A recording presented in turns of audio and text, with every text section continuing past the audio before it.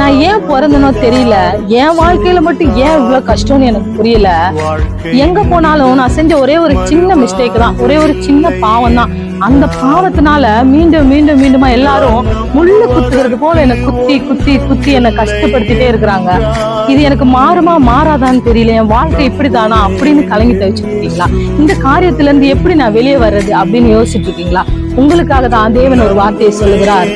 நாகும் 2ஆம் அதிகாரம் 2வது வசனத்துல, வெறுமையாக்குகிறவர்கள் அவர்களை வெறுமையாக்கினாலும் அப்படின்னு சொல்லும் பொழுது, மனுஷர்களோ இல்ல பிசாசினாலேயோ நீங்க எல்லாத்திலையும் இழந்து போய் அவமானப்பட்டு அசிங்கப்பட்டு நீங்க வெறுமையா இருந்தாலும் கர்த்தர் சொல்லுகிறார், யாக்கோபின் மகிமையை நான் திரும்ப வர பண்ணுவேன், இஸ்ரவேலின் மகிமையை நான் என்ன பண்ணுவேன், திரும்ப வர பண்ணுவேன். யாக்கோபு தன் தகப்பனை ஏமாற்றி, குடும்பத்தை ஏமாற்றி, சகோதரனை ஏமாற்றி தவறு செய்தவர் தான். அவருடைய மகிமையை இஸ்ரவேலாய் மாற்றி அவரை எல்லா மகிமையும் கர்த்தர் திரும்ப வர பண்ணினார்.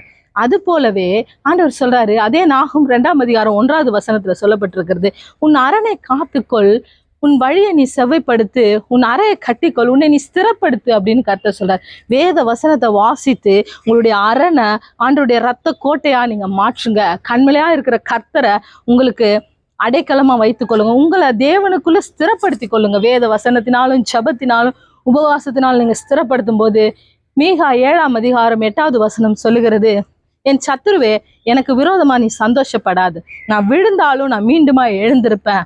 நான் ஒருவேளை நான் இருள்ல நான் உட்கார்ந்து இருக்கிறேன்னா கர்த்தர் எனக்கு வெளிச்சமா வருவார். அவர் உங்க வாழ்க்கையில வெளிச்சமா வர அவர் சித்தமா இருக்கிறார். நிச்சயமா அவர் தான் உங்க வாழ்க்கையில வெளிச்சத்தை கொண்டு வர போகிறார். நீங்க இழந்து போன எல்லாவற்றையும் அவர் மீண்டுமா உங்களுக்கு மகிமையாய் திரும்ப தரப்போகிறார். கர்த்தர் உங்களை ஆசீர்வதிப்பாராக. ஆமென்.